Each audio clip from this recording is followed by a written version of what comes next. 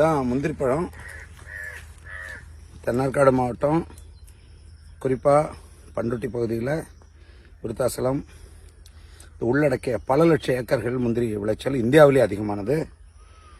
இந்த பழத்தில் B vitamin, C vitamin எல்லாமும் அதிகமாக ஒருங்க பெற்றது. இது ஒரு மருந்து பொருள். உடலுக்கு தேவையான இந்த பருப்பு, இதில் இந்த பாருங்கள், இந்த கொட்டைக்குள்ள உடைச்சா பருப்பு வரும்.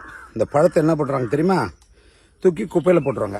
ஆடு மாடு திங்கும், பண்ணி சாப்பிடும், அப்படியே கிடந்து வீணாக மக்கி போயிடும். ஆனால் இந்த உலகத்தில் இந்த பழத்தை மருந்தாகவும் பானமாகவும் பயன்படுத்துகிறாங்க. ஆனால் தமிழ்நாட்டில் இருக்கிறவங்களுக்கு அந்த சுத்தமாக அந்த அறிவு கிடையாது. இது என்ன பண்ணியிருக்கணும்? கடலூர் மாவட்டம் பொருளாதாரத்தில் கடைசியில் நிற்கிது, வறுமையில் கடைசியாக இருக்குது, அதிக குடிசை பகுதி கொண்டது. இப்படி ஒரு இடத்துல இதுக்கு ஒரு தொழிற்சாலை வைக்கணுன்றது கிடையாதா? என்ன பண்ணுறாங்க? அவங்க கட்சியை சார்ந்தவங்களுக்கு அந்த சாராயால கெமிக்கலை போட்டு அதை கொடுத்ததால எங்கள் ஊரில் மட்டும் 120 பேருக்கு மேலே தாலி அறுத்துருக்காங்க.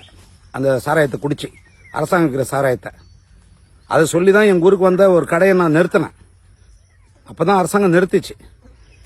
பொருளாதாரத்தில் எங்கேயோ போய்டும் என் மக்கள். இந்த பழத்தை ஒரு பானமாக செய்கிற ஒரு தொழிற்சாலை கொண்டு வந்து அதை பயன்படுத்தணும். எவ்வளவோ வேலைகள் இருக்குது, அதை செய்கிறதில்ல. இங்கே பாருங்கள், இதுக்குள்ள எவ்வளவு பழச்சாறுகள், இவ்வளோ பெரிய பழம். இங்கே பாருங்கள், இப்படி தான் சாப்பிடணும் முந்திரி. பாருங்கள்,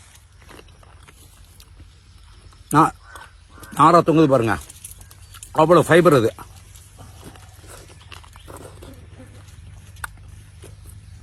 குடமாக உள்ள பழச்சாறு.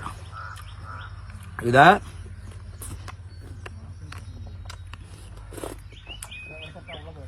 அடிப்பகுதியை காலை வச்ச பகுதியை தூக்கி போட்டுருணும். எவ்வளவோ திட்டங்கள் வச்சுருக்கேன். சொல்லி என் மக்களும் அதை பார்த்துட்டு சும்மா வாட்ஸ்அப்பில் மற்ற ஆளுங்க தள்ளிட்டு போகிறீங்க. இங்கே இருக்கிற அரசியல் நிலைமையை புரிஞ்சுக்குங்க. அதுக்காக தான் சொல்கிறேன்.